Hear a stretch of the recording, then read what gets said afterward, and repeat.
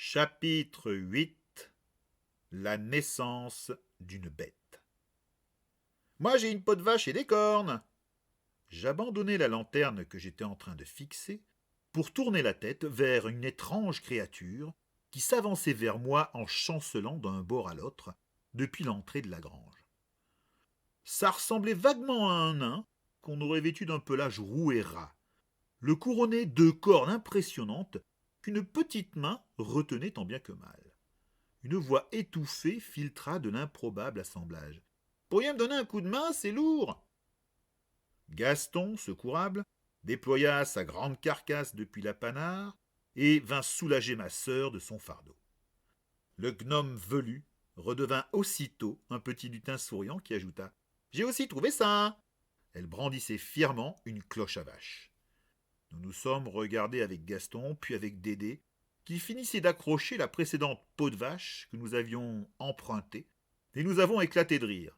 Le premier, nous semblait-il, depuis bien longtemps. Cela faisait des heures que nous trimions autour de la vieille panhard sur notre projet fou. Et je dois bien avouer que si nous nous étions arrêtés 5 minutes pour réfléchir, jamais nous ne l'aurions mené à terme. Et cette histoire aurait peut-être eu une autre conclusion. Ça y est, j'ai fini s'exclama soudain Dédé, avec un visible soulagement, les doigts rouges et enflés des coups de marteau qu'il s'était infligés.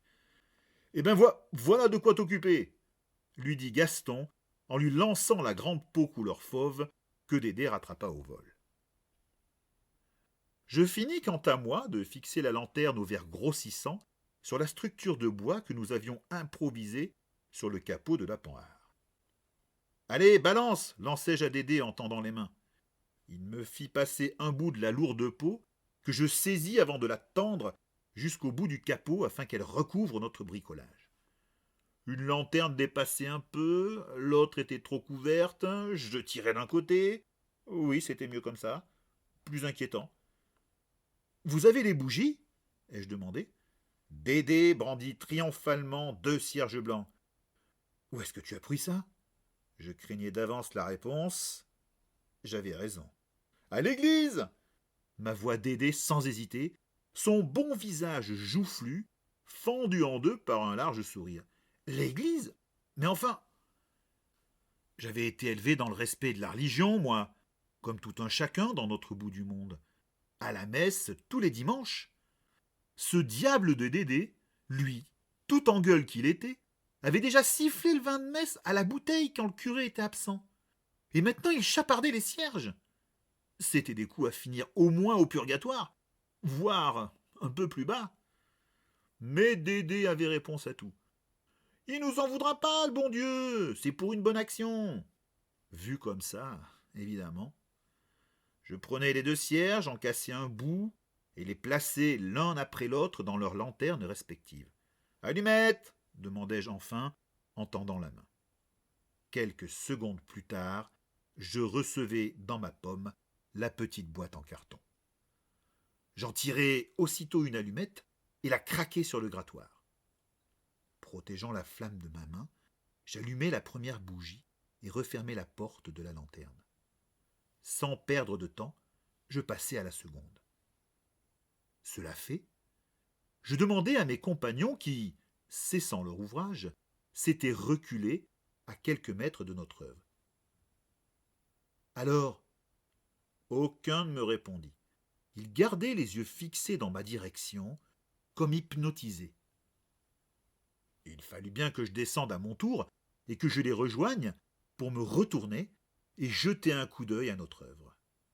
J'écarquillai les yeux.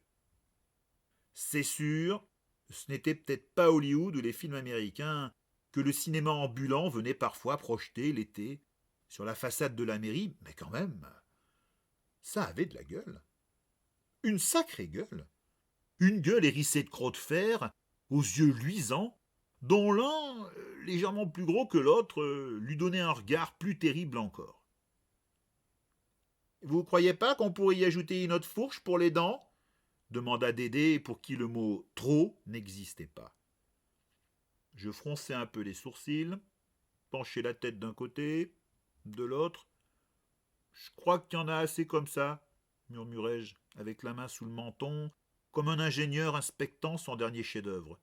Et c'était bien vrai que le débordement de dents d'acier qui jaillissait de la gueule rouquine, un peu dans tous les sens, était largement suffisant. Plus, ça aurait été de la gourmandise. Ne restait qu'un détail. Vous avez la poudre ? Gaston nous présenta triomphalement un petit récipient de cuivre, celui qui contenait la poudre à souche de son grand-père, celle dont il se servait pour faire exploser les vieux troncs pourris. De quoi faire un beau feu d'artifice une fois bien conditionné. Nous étions prêts, du moins autant que nous pouvions l'être. Chacun de vous sait ce qu'il a à faire ? Demandai-je avec une voix que je voulais assurer. Tous me répondirent par un hochement de tête. Je pris une grande inspiration, saisis dans ma poche la montre à gousset que j'avais eue pour ma communion, celle de mon grand-père. 7 heures du soir, il faisait nuit noire.